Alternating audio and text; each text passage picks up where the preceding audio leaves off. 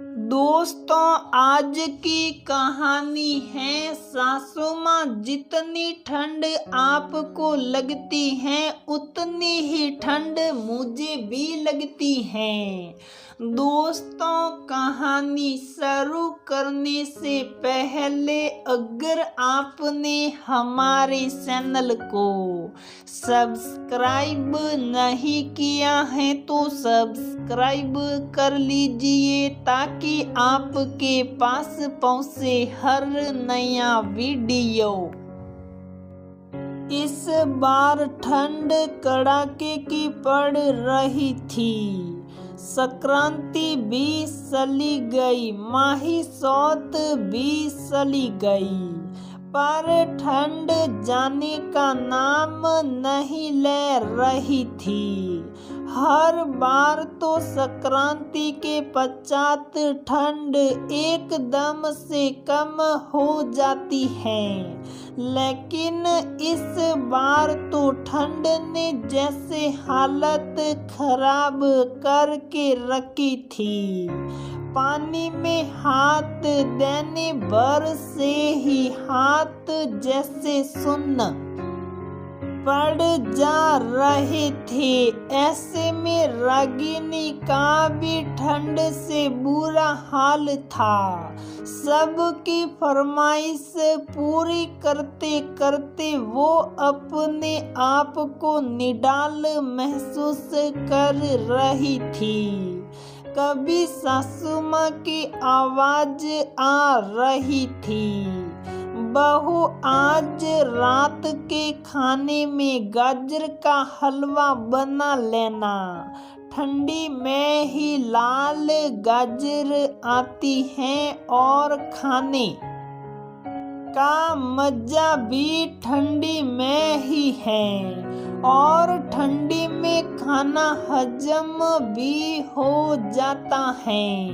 ससुर जी बहू खाने में गोभी के पराठे, टमाटर की खट्टी मीठी चटनी और साथ में धनिया पत्ती की हरी चटनी जरूर बनाना।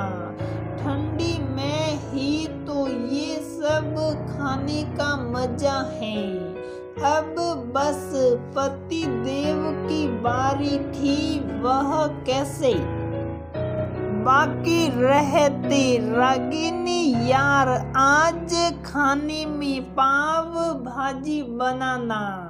ठंडे में पाव भाजी का मजा ही कुछ और आता है, क्योंकि इस समय सारी सब्जियां आती हैं। किसी को रागिनी की कोई फिक्र नहीं थी, बस सब कंबल में से अपना अपना ऑर्डर दे रहे थे।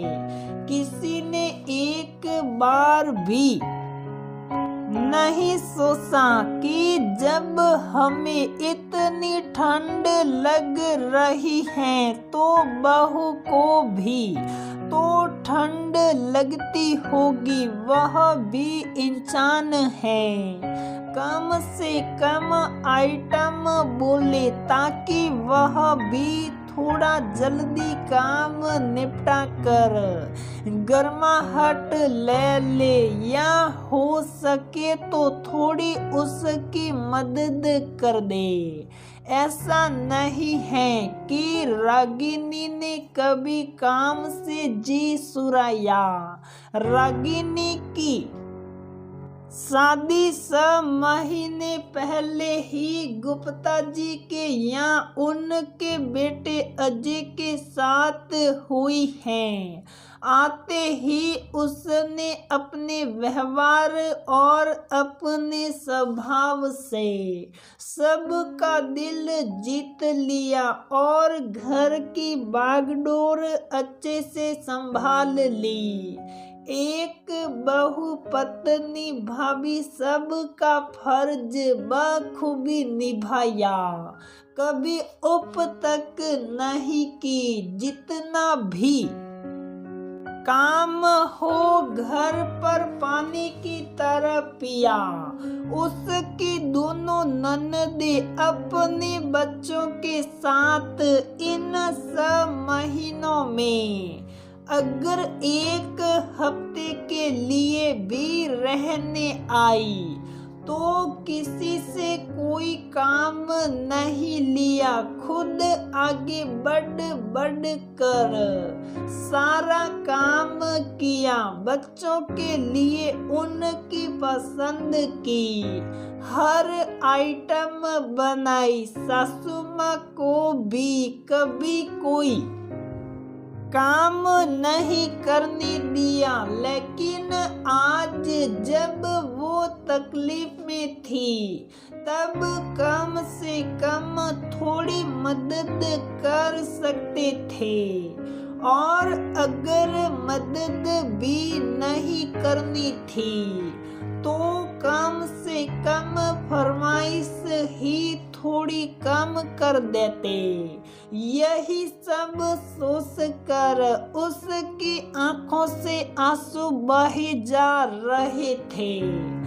जो भी हो मायका मायका ही होता है, माँ की बराबरी कोई नहीं कर सकता।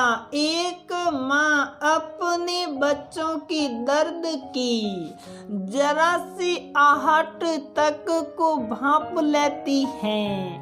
उसके बच्चों पर कोई भी मुसीबत आए उससे पहले ही वो उसे अपने ऊपर ले लेती है।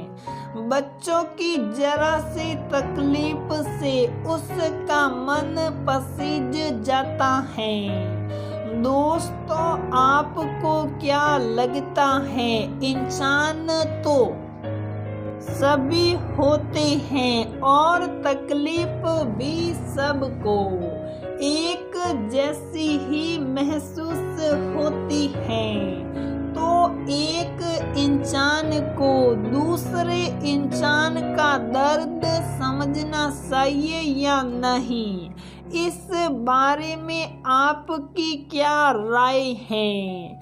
आपके सुझाव मेरे लिए बहुत महत्वपूर्ण है, इसलिए कृपया खुले दिल से अपने सुझाव जरूर दें। आलोचना और सराहना दोनों के लिए स्वागत है। तो दोस्तों, हमारी ये कहानी यहीं पर समाप्त होती है। अगर आपको हमारी ये कहानी पसंद आती है तो वीडियो को लाइक करें, शेयर करें और हमारे चैनल को सब्सक्राइब जरूर करें।